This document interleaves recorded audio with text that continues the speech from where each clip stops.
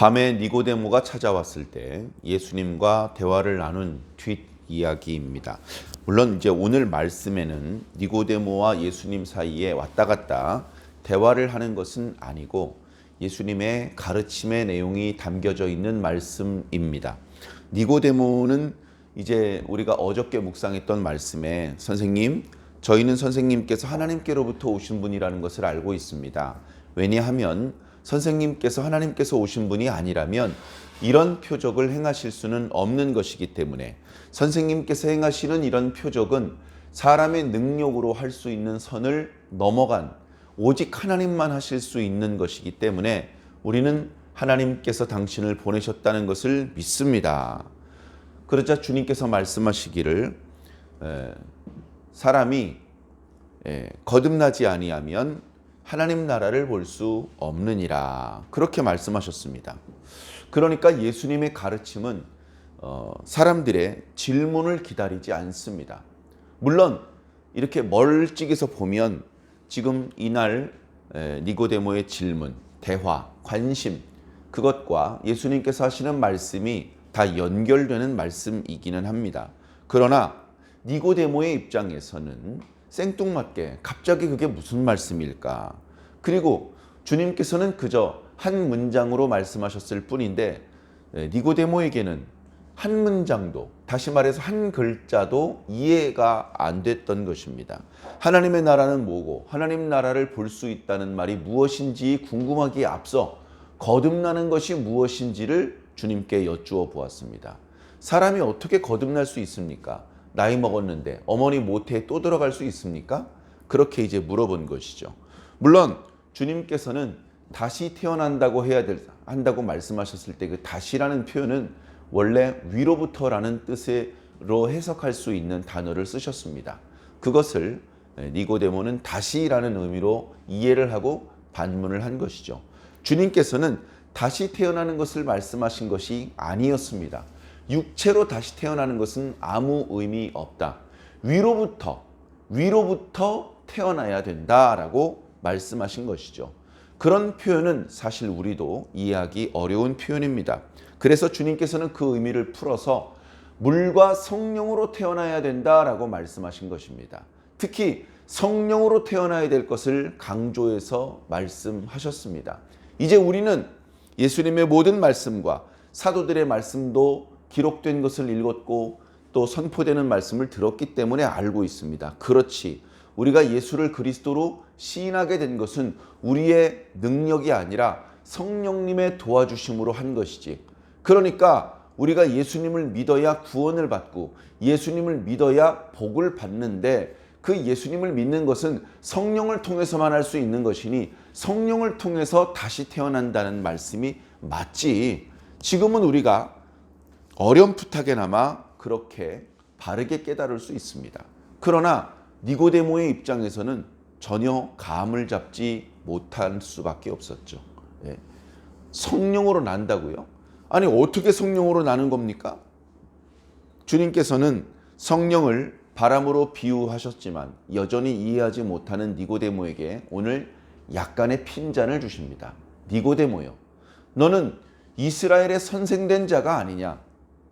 아니, 선생된 자가 이 정도도 깨닫지 못하느냐? 땅의 일도 깨닫지 못한다면 하늘의 일을 어떻게 깨달을 수 있겠느냐?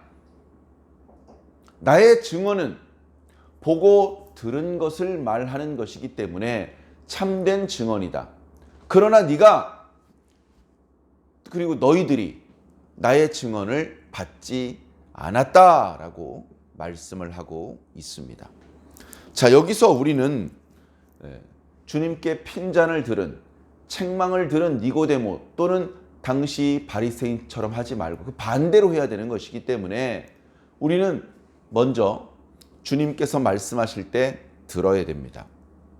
겸손한 마음으로 성령님께서 깨달을 수 있도록 해 주시기를, 도와주시기를 간구하는 그런 간절한 마음으로 말씀이 선포될 때 들어야 됩니다. 그러면 그 말씀의 의미를 깨닫게 됩니다. 처음부터 하늘의 비밀을 깨닫지는 못하겠죠. 그러나 땅에 관한 말씀으로부터 깨달음이 시작될 것입니다. 그리고 점차 하늘에 속한 것도 깨닫게 될 것입니다. 그렇게 깨달은 것을 믿어야 됩니다. 믿지 않으면 그냥 알고 있는 것만으로는 부족합니다. 믿는 자들이 구원을 받는 것이고 믿는 자들이 영생을 얻는 것입니다. 말씀을 통해서 우리들은 이렇게 해야 되겠구나라고 느껴볼 수 있는 것이죠. 다시 앞부분부터 복기해 보도록 하겠습니다. 너는 이스라엘의 선생으로서 이런 것들을 알지 못하느냐? 우리는 백성들을 가르치는 선생의 역할을 하는 것은 아니지만 하나님의 백성으로서 하나님의 말씀의 뜻을 알고 있어야 합니다. 자, 진실로 진실로 너에게 이르노니 우리는 아는 것을 말하고 본 것을 증언하노라.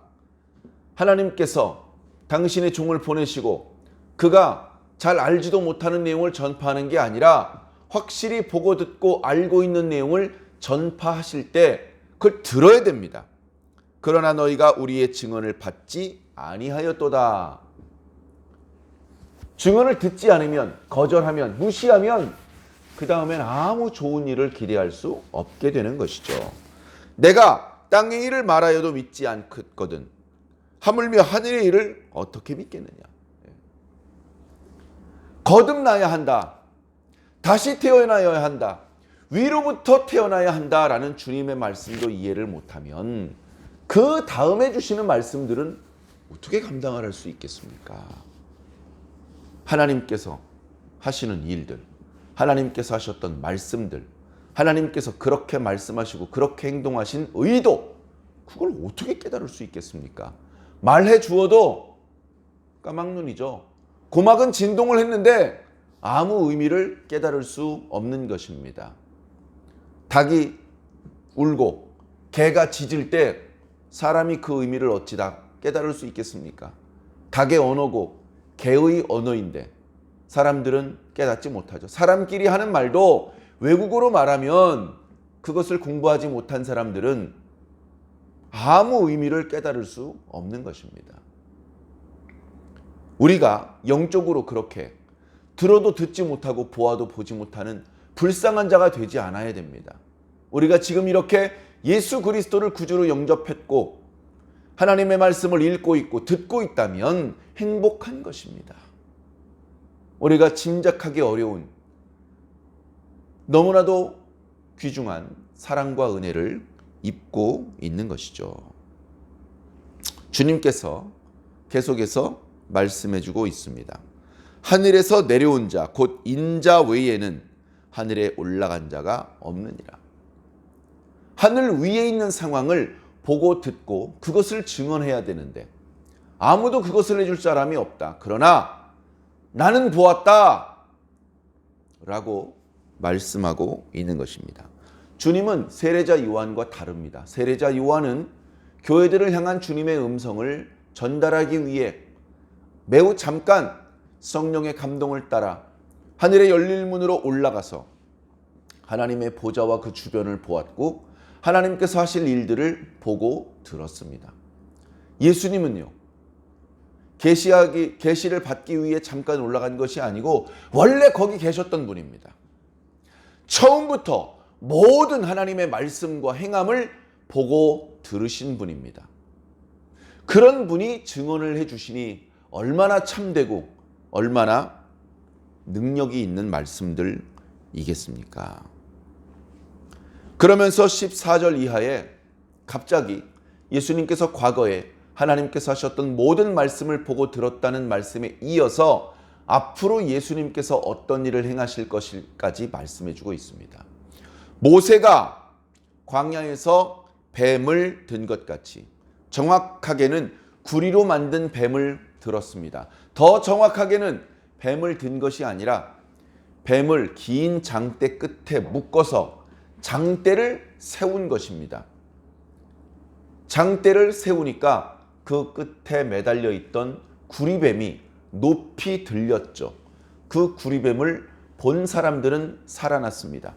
당시 이스라엘 백성들은 모세를 향하여 원망했습니다. 짧은 길을 놔두고 먼 길로 돌아가게 만들었다. 하면서 모세를 원망했는데 백성들의 원망은 부당한 것이었습니다. 하나님께서는 그들에게 불뱀을 보내셨습니다. 불뱀이라는 것은 정말로 불같이 생긴 뱀이 아니고 색깔이 노란빛과 붉은빛이 섞여 있으며 물렸을 경우에 온몸에 고열이 발생하기 때문에 불뱀이라고 이름이 붙어 있는 것입니다. 그 불뱀이 이스라엘 백성들을 마구 물었습니다. 불뱀에 물린 이스라엘 백성들은 그 고통에 시달려야 했습니다. 그리고 많은 이스라엘 백성들이 죽었습니다. 백성들이 뒤늦게 후회를 하고 회개를 합니다. 백성의 장로들이 모세를 찾아옵니다. 엉금엉금 기어서 찾아와 가지고는 백성들을 위해서 하나님께 구원해 주시기를 기도해 달라고 모세에게 부탁을 했습니다. 모세는 너희들이 나를 욕하니까 이렇게 된 거잖아. 꼴 좋다. 이렇게 하지 않고 백성들을 불쌍히 여기는 마음으로 진심을 담아서 하나님께 기도했습니다. 주여, 주의 백성들을 불쌍히 여겨 주시옵소서. 주여, 주의 백성들을 살려 주시옵소서. 여기까지 인도에 오셨는데 여기서 다 죽이시겠습니까? 이제 노여움을 거두시고 회개하는 이스라엘 백성들의 회개를 받아주시옵소서. 하나님께서 모세의 기도를 들으시면서 이스라엘 백성들이 살아날 수 있는 방법을 알려주셨습니다. 모세야, 너의 기도대로 내가 이스라엘 백성들을 살려주겠다. 그러니 너는 지금부터 내가 지시하는 대로 하도록 해라. 구리로 뱀을 만들어라. 그 사람들이 죽어나가 자빠지는 와중에 구리뱀을 정교하게 만들지는 못했을 것입니다. 급하게 만들었을 것입니다. 그래서 그 구리로 만든 뱀을 장대 끝에 묶어서 그 장대를 세워라. 구리뱀을 높이 들어라. 그 구리뱀을 보는 사람은 살 것이다. 그 구리뱀을 만져야 되고 그 구리뱀을 향해서 5번 절해야 되고 그게 아닙니다. 그냥 고개를 돌려서 눈을 떠서 구리뱀을 보기만 하면 살 것이다 라고 말씀하셨습니다. 그 구리뱀 사건 속에는 백성들의 범죄와 하나님께서 벌을 내리신 것, 그리고 모세의 기도와 하나님께서 용서해 주시는 이야기가 담겨져 있습니다. 어찌 보면 출애굽 끄트머리에 있었던 한 사건이지만 그 사건은 어쩌면 우리 인류 전체를 향하신 하나님의 역사를 보여주시는 사건이기도 했던 것입니다. 사람들이 죄를 지었고 그 죄 때문에 사람들은 죽음의 형벌을 당해야 했습니다. 그러나 하나님께서는 그들을 용서하기 위해서 예수 그리스도를 보내주셨습니다. 예수 그리스도도 그 구리뱀과 마찬가지로 높이 들려야 한다. 그 들리는 구체적인 방법을 아직은 말씀하지 않으셨지만 우리는 알고 있습니다. 십자가에 달리시는 것이다. 십자가에 달린 예수 그리스도를 우리는 구리뱀을 바라보듯이 바라보아야 된다. 단순히 바라보는 것이 아니라 그 예수 그리스도를 믿어야죠. 나를 위하여 나의 죄를 대신 짊어지시고 십자가에 달려서 죽으신 예수 그리스도를 우리는 믿어야 합니다. 그럴 때 우리의 모든 죄가 예수 그리스도에게 전가되어서 십자가에서 사라져버리고 예수 그리스도께만 있는 온전한 의로움이 우리에게 전가되어서 우리가 의인이 되고 우리가 하나님의 양자가 되고 우리가 하나님을 아버지라고 부를 수 있고 우리가 하나님의 나라를 상속받을 수 있게 되는 것입니다. 그 놀라운 구원과 축복과 기적이 우리가 높이 들리신 예수 그리스도를 바라볼 때, 그분을 믿을 때 일어나는 사건입니다. 지금 그것을 함축적으로 말씀하고 계신 것입니다. 모세가 광야에서 뱀을 든 것 같이 인자도 들려야 하리니 이는 그를 믿는 자마다, 인자를 믿는 자마다 영생을 얻게 하려 하심이라. 우리는 영생이 뭔지 모릅니다. 영생이 가능할 거라고 생각하지도 않습니다. 그렇기 때문에 영생의 축복을 소망하지도 않습니다. 우리는 그저 건강하고 그저 돈이 많고 그저 이 땅에 있는 동안에 내가 하고 싶은 대로 하는 것만 원할 때가 많습니다. 그러나 하나님께서는 우리에게 주시는 첫 번째 축복이 영생입니다. 영생이 하나님께서 우리에게 줄 수 있는 모든 것이다? 그렇진 않습니다. 우리가 날마다 하나님의 구원의 즐거움을 누려야 되기 때문에 영원히 살면서 날마다 새롭게 주시는 하나님의 축복을 누려야 되기 때문에 첫 번째로 주시는 축복이 영생인 것입니다. 그러면서 계속해서 주님은 하나님의 놀라운 계획을 말씀해주고 있습니다. 하나님께서 세상을 이처럼 사랑하고 계신다. 그래서 세상이 죄악으로 멸망당하여 가는 것을 보고만 계실 수 없으셔서 하나밖에 없는 당신의 외아들을 주셨다. 이는 그 외아들을, 하나밖에 없는 독생자를 믿는 자마다 멸망하지 않고 영생을 얻게 하려 하심이라. 그렇기 때문에 조금 전에 인자가 높이 들려야 한다고 말씀하셨던 그 인자는 사실은 사람의 아들이라기보다는 하나님의 아들이십니다. 그것도 하나님께서 보유하고 계신 무수히 많은 아들 중에 한 명이 아니고 딱 하나밖에 없는 아들이신 것입니다. 17절에 하나님이 그 아들을 세상에 보내신 것은, 그 아들이 찢어 죽임을 당하고 높이 들리게 만드신 것은 세상을 심판하려 하신 것이 아니다. 하나님은 세상을 사랑하신다. 구원하기를 원하신다. 그래서 아들을 보내신 것이다. 그러나 하나님께서 이렇게 당신의 하나밖에 없는 아들을 보내셨지만, 그로 하여금 죄인을 대신하여 죽게 만드셨지만, 십자가에 달려서 끔찍한 죽음을 당하게 하셨지만, 세상 모든 사람들이 자동적으로 구원을 받는 것은 아니다. 그를 믿는 자는 심판을 받지 아니하는 것이요, 믿지 아니하는 자는 하나님의 독생자의 이름을 믿지 아니하므로 벌써 심판받기로 결정된 것이다. 그 정죄는 이것이니 곧 빛이 세상에 왔을 때 사람들이 자기 행위가 악함으로 빛보다 어둠을 더 사랑한 것이다. 1장 5절에 빛이 세상에 왔을 때, 빛이 어둠 가운데 왔을 때 어둠이 깨닫지 못하더라 라고 말씀하셨는데, 세상에 살고 있는 사람들이 다 그와 같더라는 것입니다. 예수님께서 사람이 한 명도 살지 않는 세상에 오신 것이 아닙니다. 이미 땅에 가득하게 세상에 사람들이 살고 있는 상태에서 예수님께서 오셨습니다. 세상에 그렇게 많은 사람들이 살고 있는데, 심지어 아브라함의 자손들이 살고 있는 동네에 오셨는데도 불구하고 그들은 빛의 자녀들이 아니라 어둠의 자녀들이었습니다. 빛보다 어둠을 더욱 사랑하는 자들이었습니다. 왜냐? 자신이 이미 악을 행하고 있는 자들이기 때문에 그렇습니다. 빛 가운데 나아가면 그 악행이 드러나기 때문에 그들은 빛보다 어둠을 더욱 사랑한 것입니다. 그러나 진리를 따르는 자들이 있습니다. 그들의 숫자가 많지는 않은 것 같습니다. 어찌되었건 진리를 따르는 자들은 빛으로 온다. 왜? 자신의 의로운 행위가 드러나게 하려 함이라. 의로운 행동을 하면 구원을 받는다? 그렇지 않습니다. 처음에는 우리도 악을 행하는 자들이었습니다. 처음에는 우리도 말씀을 듣지 않았고 믿지 않았고 깨닫지 못하는 자들이었습니다.